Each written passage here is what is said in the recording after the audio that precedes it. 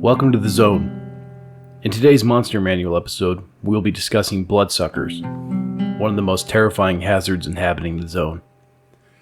If you like the content, or would like to see other Monster Manual episodes, feel free to like and subscribe. It sounds cliche, but it really helps the channel. Without further ado, let's begin. A reclusive and uncommon type of mutant, bloodsuckers strike fear into the hearts of even the most veteran stalkers, who have the misfortune of crossing their paths. Bloodsuckers were first discovered by stalkers as they began to push further into the zone. After the emission, it was common knowledge that mutants and anomalies made expeditions extremely dangerous. As expeditions began to explore new ways to safely traverse through the ever-shifting pathways of the zone, it became more common for these adventurers to utilize underground tunnels left over by the Soviet government prior to the first emission.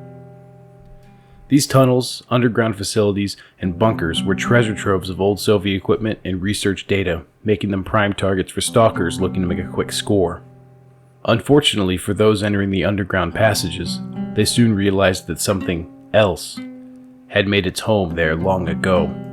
As the adventurers began to slowly explore the tunnels, they began to see shapes in the corner of their eyes, as well as ghostly distortions off in the dark distance. The adventurers could hear breathing, smell footsteps, and could feel malicious eyes penetrating their very souls. One by one, the stalkers saw their comrades slowly disappear, sometimes silently, and others only after a death scream. Reports of strange and hunched-over creatures began to flood the zone, creatures that could appear out of thin air. Anatomy and Physiology. Bloodsuckers are generally found underground in old bunkers or tunnels. These layers are almost always littered with blood, human remains, and even trapped humans that are stored there for meals when their hunting grounds run barren. Bloodsuckers are known to sleep standing up, slowly swaying back and forth with their eyes closed.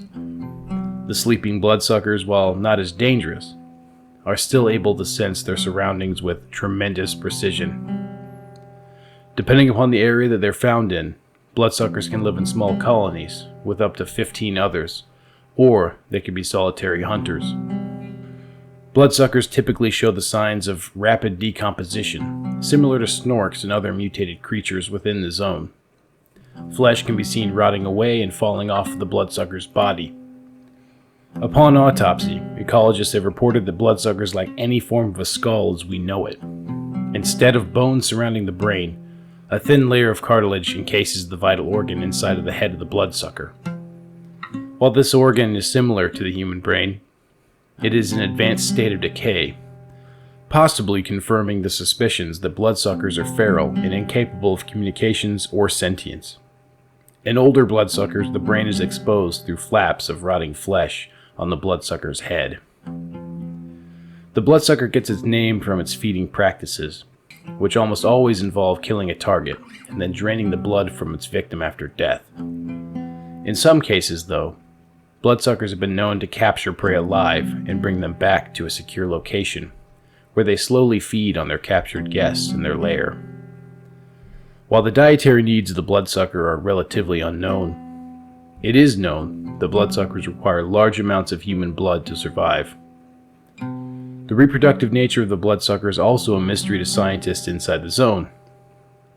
While the bloodsuckers are undoubtedly growing in number, it is unclear how they procreate due to a lack of external genitalia. It is also a mystery how the bloodsuckers came into being, and how their population grew so quickly after the initial emission from the Chernobyl nuclear power plant. When out hunting, bloodsuckers stick to the shadows or to heavy cover. They will stalk their prey for hours if need be, waiting for the precise moment to strike. If potential prey looks to be weaker than the bloodsucker, the creature may choose to simply charge its unsuspecting victim. However, for prey that appears to be more of a challenge, the bloodsucker will utilize its most striking attribute. Bloodsuckers are capable of temporarily becoming invisible to the naked eye. Utilizing some form of psychic technique or perhaps some physical mutation, the creatures will approach their target cloaked in invisibility and appear right before they strike. While their invisibility is a massive tactical advantage, it also makes the creature increasingly vulnerable to attack. The most common method of dispatching bloodsuckers is to utilize a shotgun with slugs, or simply a fully automatic rifle, to engage the creature from a safe distance. Those new to the zone and its dangers should keep a sharp eye out for the telltale signs of a cloaked bloodsucker, as perception is the best defense against them. Experienced stalkers have been known to simply utilize a combat knife to silently kill a stampeding bloodsucker, plunging their knife into the bloodsucker's head at the precise moment of attack. While this is not advisable, it is a last-ditch effort that can be used to defend yourself. Thanks for watching, guys. I appreciate the kind feedback that I've gotten thus far, and I'm so excited to see where this channel goes in the next few months. Before I sign off, I'd just like to give a few announcements. I have a couple of shorter stalker-themed urban exploration operations that I've recorded, and I'm currently working on editing them together, and they should be uploaded here in a couple weeks. I have a large operation scheduled in October with a fellow stalker, which could turn into either a very long video or a few shorter ones. Let me know which format you guys prefer, and I'd be happy to accommodate you. I also have a few gear videos where I discuss the history of certain equipment coming soon, most notably the Gorka history and equipment video. Finally, I also have a few Stalker short story fan fictions that I've written, and I'm considering narrating them for you guys. Let me know if you would like to see things like that, and I'd be happy to finish them up and post them for you. Again, thanks for watching, and until next time, I'll see you in the zone.